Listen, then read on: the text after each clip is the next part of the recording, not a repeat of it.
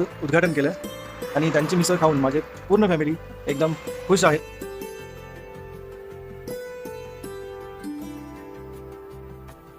मिसळ आणि चहा ऑर्डर केलेली होती.